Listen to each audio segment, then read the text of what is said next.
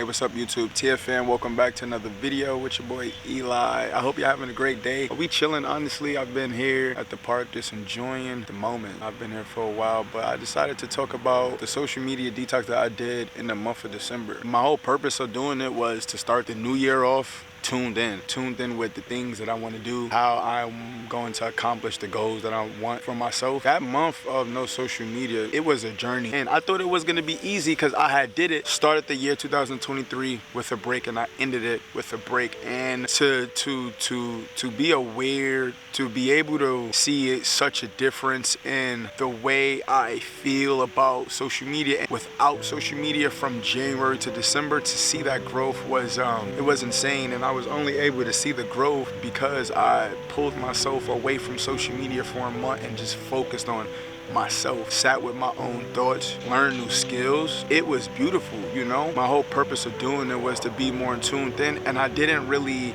have any, goals around it besides to tune in. So whatever that meant, I was going to accept it, and I was going to enjoy it, and I was going to experience it, and it was going to be good for me. So having that in the back of my mind, I kind of started the month on just like a, okay, bam, no social media, this is what we're doing. And then after that, it became really normal to be away from social media. I did more of the things I wanted to do. I had more time to examine how I feel on a daily basis because I'm not too caught up on my phone. I'm not scrolling on social media. Being on social media, I just learned that, hey, I do crave social media a lot, and I got to learn a lot about myself. Unconsciously, I was using social media as a crutch to get away from the present moment, but I didn't know it. And if I don't go on social media within a span of time, there's anxiety that's being created, FOMO, cravings about what? The addictiveness to swipe or the addictiveness to see whatever I'm watching on social media. Like, I didn't really have no real care for social media. So it led me to understand that oftentimes we do things not because we want to, but we do things because we're programmed to do them. There was times where I was on my phone and I was tapping on apps and the apps wasn't even there anymore. I deleted Snapchat, I deleted Facebook, Instagram, I deleted all social media apps, not my accounts, but just the apps. Like, my brain didn't even recognize that, it didn't even remember that I deleted it. So in that moment, I was literally going on my phone, tapping apps that wasn't even there, and I paused for a second and I was like, wow, we really don't realize how addicted we are to things. First few days of the no social media, it was easy because I just started something. So whenever you guys start something, you're really excited about it, you're down to do it. I was journaling the first few days, asking myself questions like, how do you feel now? Didn't have no problem being off social media the first few days, but after the second week, after the third week, I became more than what I could possibly become on social media, if that makes sense. To take time and consistently work out, change my diet to be more healthy, meditate, gaining new skills, I realized social media distracts us from understanding who we really are. The time that you have throughout the day where you're not working for someone else, what do you spend time doing? There's a lot of people that I might have seen every day on social media, or people that might have seen me every day on social media, and that those things aren't important because I'm alive, I'm doing well. And me not knowing about what other people was doing or had going on in their day, it did nothing to me. At times, I wondered what people that I once seen on social media every day, because I was a constant social media user every day, I wondered what they were doing, but I realized it didn't impact my life at all. The reason why I wondered is because I'm programmed to me wanting to know is not me really wanting to know. Yeah, that month I did a lot for myself, and it was because I spent time working on the things that I really wanted to work on. When you put social media down, you're in the present moment. You have realizations about what's going on. You have realizations within. Your thoughts are present, and it's your responsibility to understand yourself, because in that moment, that's really you. That's not nothing that you've seen on social media. That feeling did not come from an external situation or experience. That feeling is you. So to accept that feeling, it was a challenge, and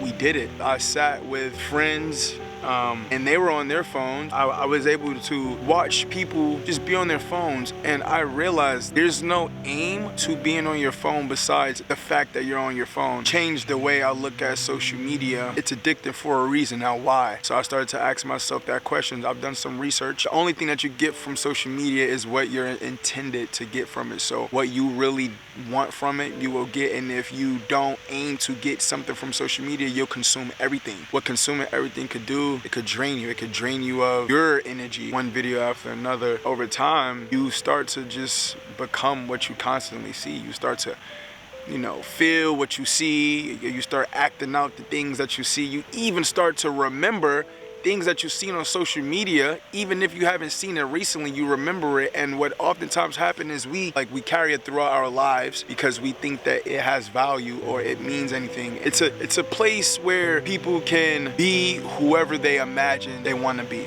It's just a place for people to show what they think they want to show. When the month was over, I didn't even want to go on social media. Guys, I suggest doing a detox. I suggest first start with a week, start with a few days. If you don't want to do a complete social media detox, set times on your phone that allows you to go on social media. Set times on your phone or alarms where it tells you to get off social media. Have certain intentions when scrolling on social media. You know, whatever you do take from this video, I want you to be able to at the end say, hey, I want to maybe do a social media detox, whether it's spending less time on social media or complete 100% social media detox. To live in fear of not being able to talk to someone because you don't see that person on social media or you're not constantly texting that person through a social media app. It's almost a fear of missing out. If y'all meant to talk, y'all gonna talk, whether it's a phone call or an email. Y'all gonna find a way to talk. You know, having people that I can trust and talk to during that break was all I needed, and just understanding that it felt so good, and I actually was more grateful for those people being in my life. Having other things to do than scrolling social media is what you're going to. You definitely wanna find things to do besides scrolling on social media, because other than that, you're gonna just sit with your thoughts in the now. To each his own. That may be okay to some people. It wasn't okay for me. I learned it. Started meditating more. I started journaling. I started to eat my meals with no distractions, so I was able to connect with my food more. That's just a few things that I could throw out, and the only way I was able to realize that and experience it is with my intention behind getting off social media, tuning in, you know, finding out more about myself, and really starting 2024 on a note that I chose, a note that I want to really be on, what I really want for myself. It's been paying off, y'all. It's been paying off. I suggest y'all give it a try. It did all good things for me. I hope this video did bring to light some information around social media detoxing for you guys. And once again, things that I did, those are ways that it helped me. It will help you in a different way or similar ways or the same ways, but you won't know until you give it a try. So I do suggest y'all trying it out. Comment with your experience. That's the end of this video. That in life, you do have to do things to become more of what you possibly can even imagine. You're like, huh, Eli? What are you even talking about? Test yourself. Go beyond your limits. You know, the same habits that you've been doing for years, try not doing it for a year. Try not doing it for a week. Switch it up. Switch up your routine. Don't be fearful of nothing. I'll see y'all in the next video. Thanks again for tuning in. TFN, we out of here.